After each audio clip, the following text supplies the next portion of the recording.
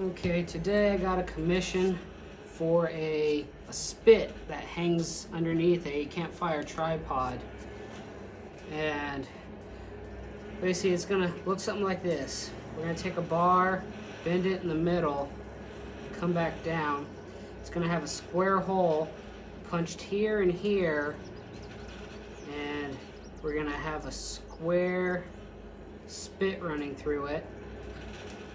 And then we're going to draw a taper on 2 ends of bar and punch a square hole in it, so that way it slides over our spit, has 2 prongs that hook into the meat. Now the prongs in the spit are going to be 5/16 square bar, and we'll probably use 3/8 round for the hanger. Okay, we'll start with the spit stick. Draw some nice fine taper.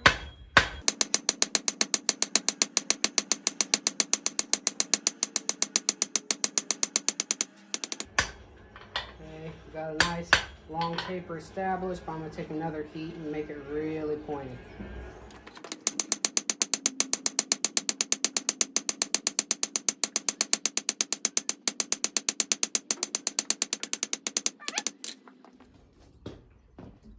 Now we're going to work a taper on the back end.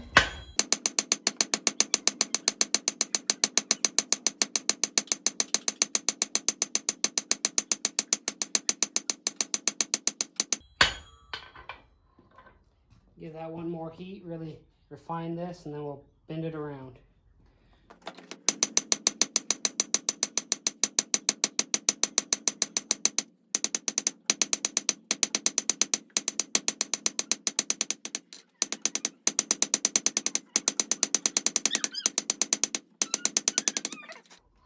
There we are, and I'll curly cue it next.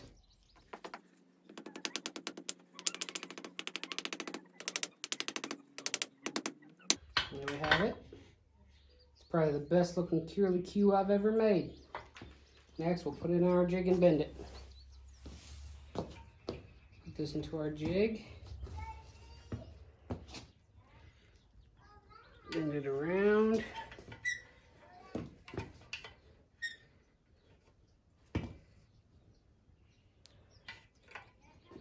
There we are.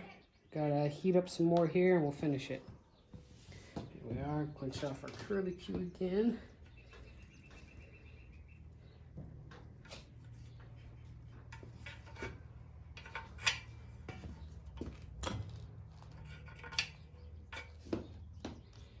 And I'm sorry, not taking too long. I'll fix this over the horn.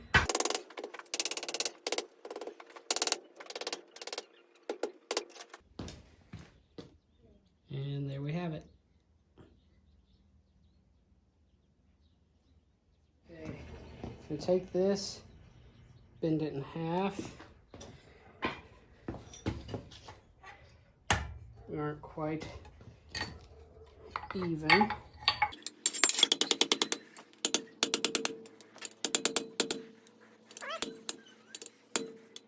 Next, we will put this in the vise and form it around our punch.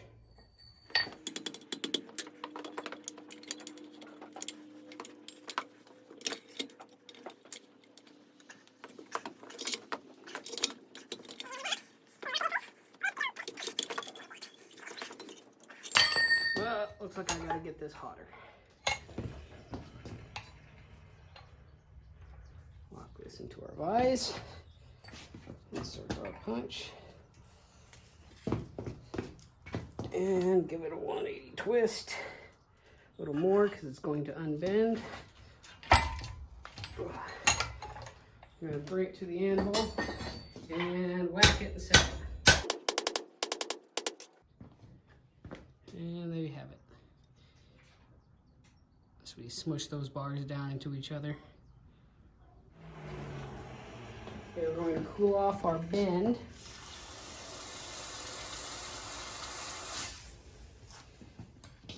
Bend out our piece.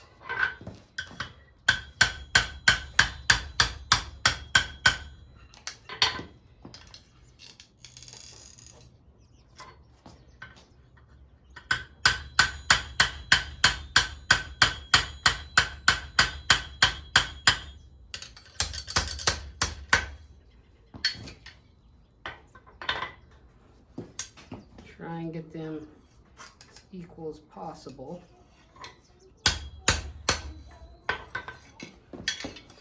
And I like that. Okay. Next we will curl each end into a hook for that spit. And we'll measure against the spit and bend it down.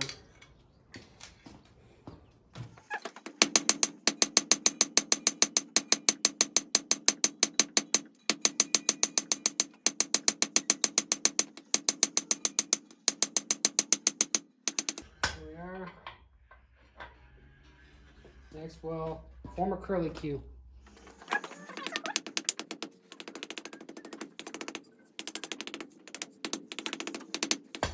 There's our curly cue.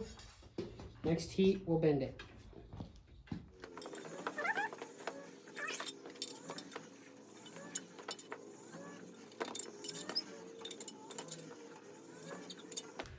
Here we are.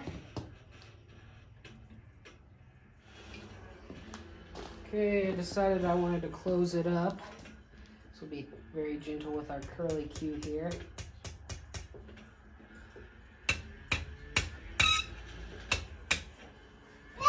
Perfect.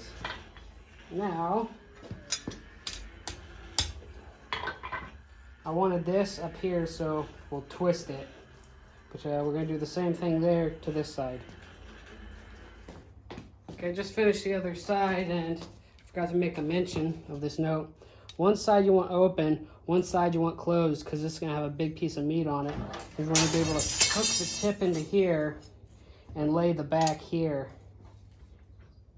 So that way it's easy to take off and put on.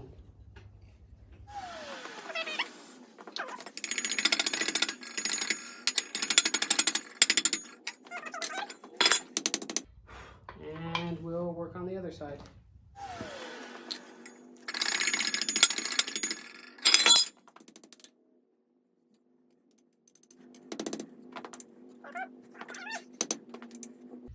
Looks pretty good. Now we will twist our hooks. Winch off our hook.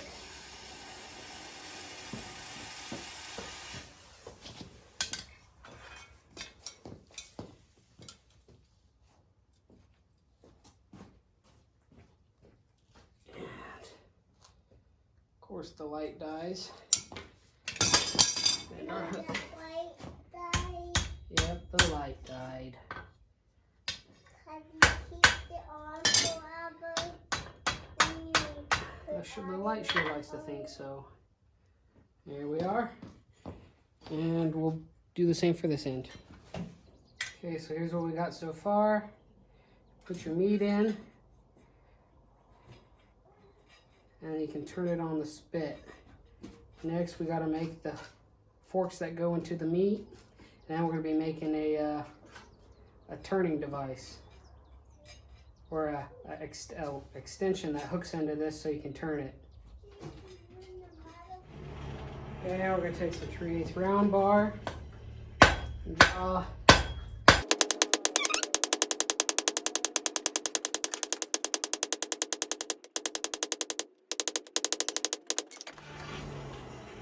Okay, now we're going to work on a reverse taper.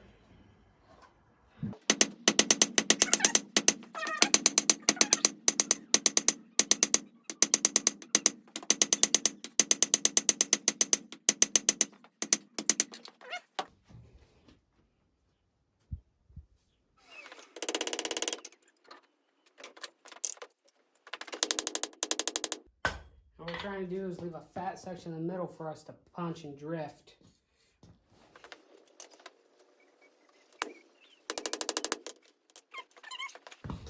See, we got to start to a square hole.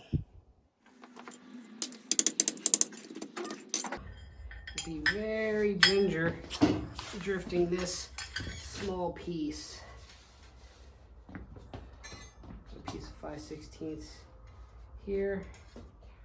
Ooh, and we are getting very close, so we'll drive that drift pin through next heat.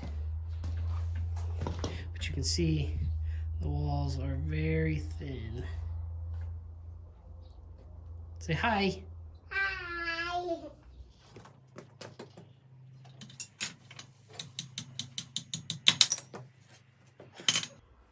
And there we are. Drive the drift pin through this side as well.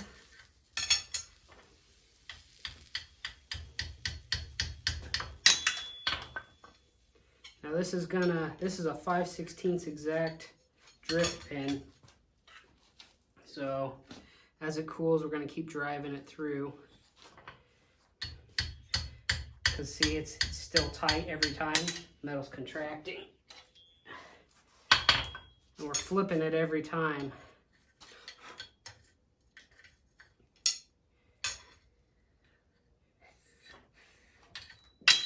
There we go.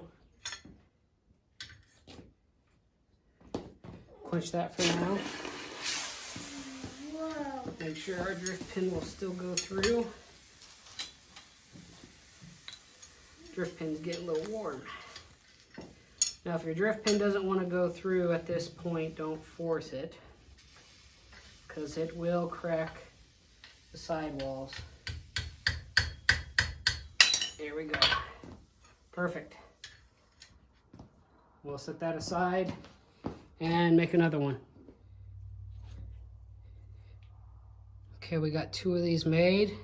Next thing we're gonna do is take them and bend them over at 90s. So that way they hook into the meat. Okay. For this one, we're gonna go about halfway.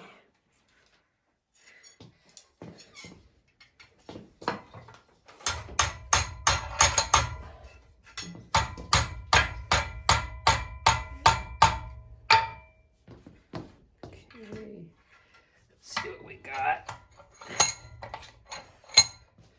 That's pretty good. We'll just straighten it out a little bit.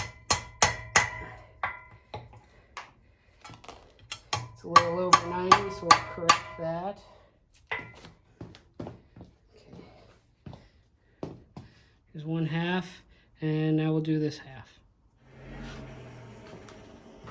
Ooh, this one got a little warm. And I want these to be a couple different lengths. So this one is clamped more towards the tip.